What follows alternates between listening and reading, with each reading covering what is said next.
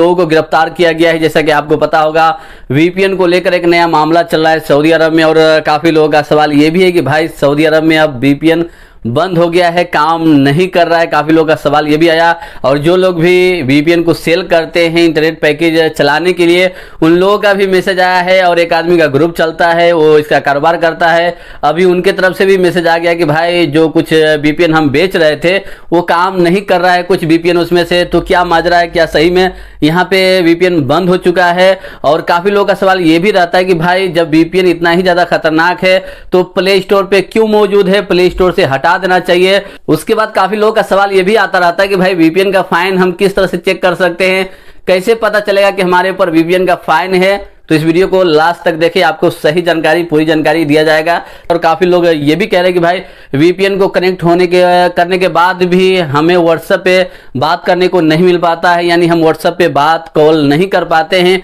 क्या रीजन है, कोई दूसरा तरीका है या नहीं है? तो लास्ट में दूसरा तरीका बताने वाला हूं, किस तरह से आप डायरेक्ट यहाँ पे कॉलिंग डायरेक्ट कर सकते हैं अपने देश में और फ्री में बात कर सकते हैं। तो सबसे पहले मैं आपको बताना चाहूंगा, इस हफ्ते में 17,257 लोगों को गिरफ्तार किया गया है। और ऐसा बिल्कुल नहीं है कि वीपीएन के जुर्म में गिरफ्तार किया गया, ऐसा नहीं है।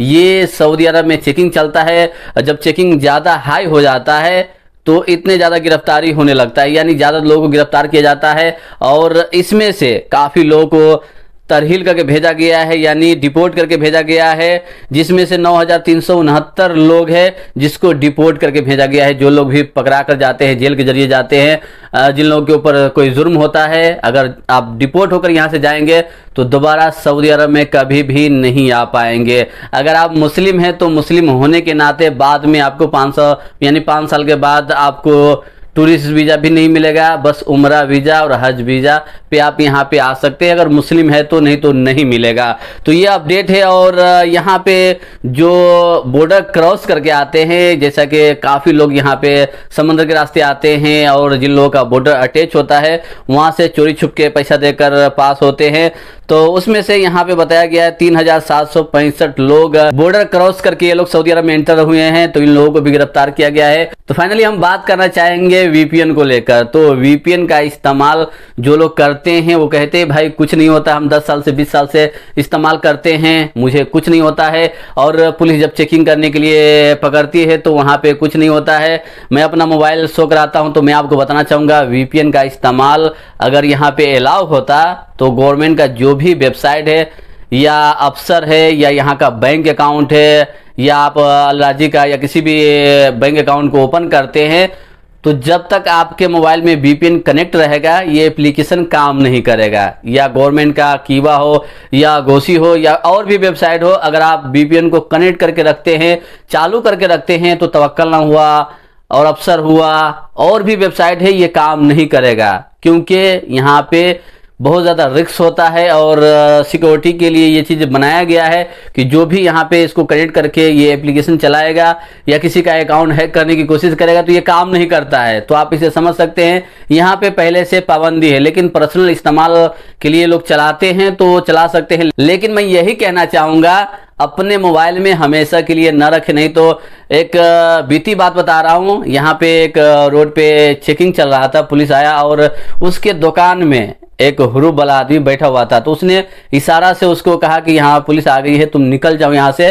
तो वो इशारा वो पुलिस वाला देख लिया कि ये इशारा किया है, वो भाग गया है। जब वो भागा उसको ही पकड़ लिया। बाद में पुलिस बोला कि वो कौन था, उसे बुलाओ, तुम्हारा पहचान का था, क्यों भगाया? उसने कहा कि मुझे मालूम नहीं है, मेरा पहचान का नहीं, बस दुकान पे आया था, वो चला गया, मैं इशारा नहीं किया हूं। लेकिन उसको फंसाने के लिए उसका मोबाइल ले लिया और उसके मोबाइल में चेकिंग कर रहा है कि इसको किसी न किसी तरीके से फंसाया जाए, क्योंकि गुस्सा किसी और का था, उतारा जाएगा किसी और पे। उसका मोबाइल ले लिया, आधा घंटा तक उसके मोबाइल में गूगल में जाकर सर्च कर रहा है, देख रहा है कि ये क्या हिस्ट्री सर्च कर रहा है। लास्ट में वो प्ले स्टोर पे जाकर चेक किया, तो प्ले स्टोर में जो आप सर्च करते हैं किसी एप्लीकेशन को, तो वहां पर उसने वीपीएन को डाउनलोड करके रखा था, लेकिन डाउनलोड करके उड़ा दिया था, लेकिन वो हिस्ट्री उसके मोबाइल में शो हो रहा था प्ले स्टोर में।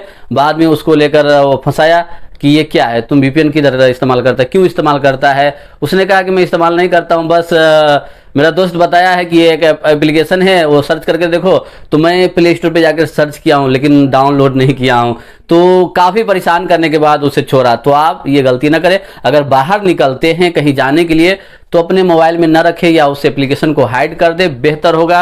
नहीं तो मैं कोशिश करता हूं कि आप इस्तेमाल ही ना करें, क्योंकि इस्तेमाल करने से भले ही आप किसी को नुकसान ना पहुंचाते हो लेकिन अपना नुकसान है।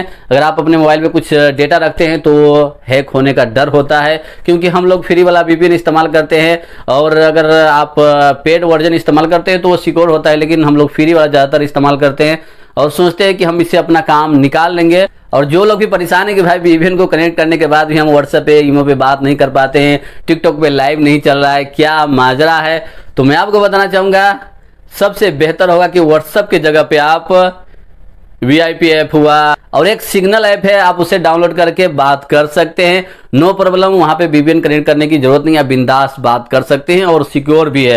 तो जो लोग भी परेशान थे कि भाई हम कोई दूसरा तरीका इस्तेमाल करें या ना करें, तो आप ये दूसरा तरीका इस्तेमाल कर सकते हैं। और जो लोग भी कारोबार कर रहे थे तो उनका थोड़ा सर्वर डाउन है, क्योंकि अभी ये मामला ट्रेंडिंग में है और इसको लेकर अरब लोग भी ज़्यादातर बात कर रहे हैं। लेकिन ज़्यादातर लोग यही बताते हैं कि अपने पर्सनल के लिए इस्तेमाल जो लोग करते हैं, अपने कॉलिंग के लिए, तो उन लोगों के लिए कोई मसला नहीं है। लेकिन और जो लोग भी ये सोचते हैं कि VPN का जो फाइन आता है वो किस तरह से आता है, हमारे मोबाइल पे किस तरह से आएगा, हमें मैसेज आएगा या एयरपोर्ट पे पकड़ा जाएगा, तो मैं आपको बताना चाहूँगा आपके पास VPN का फाइन ऑटोमेटिक नहीं आता है।